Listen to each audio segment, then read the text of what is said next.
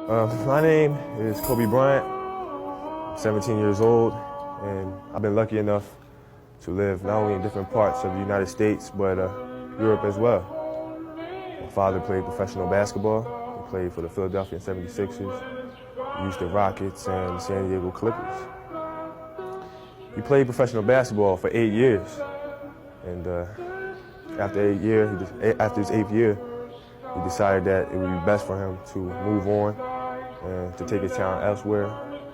So we packed our bags and moved to Italy, where he played professional basketball again for 8 years. At the time, I was only 6 years old, and I was pretty much clueless about the whole situation. But my parents basically told me, Kobe, you're going to an Italian school, we want you to learn a new language, and when you're young, you just basically do whatever your parents tell you to do with no questions asked.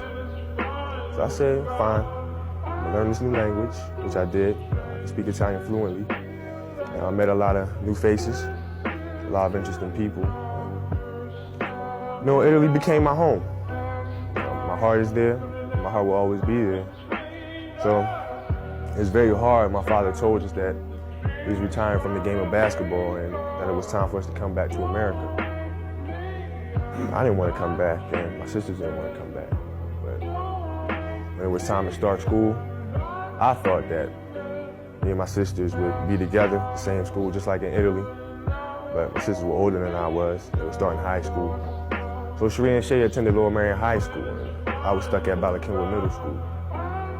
And it was very hard getting adjusted, simply because I had a lot of trouble understanding English and the slang.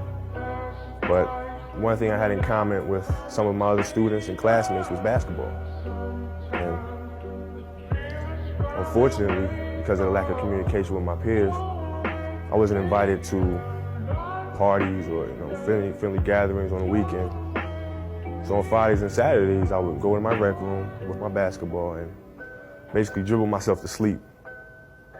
And I think that was the best thing that could have ever happened to me, because during those lonely hours in the rec room, I discovered the hunger, the motivation, and the desire to be the best possible basketball player that I could be. And here I am today, giving an oral presentation in English class, not only in front of Mr. Rigby's camera, but the camera of Prism and ESPN.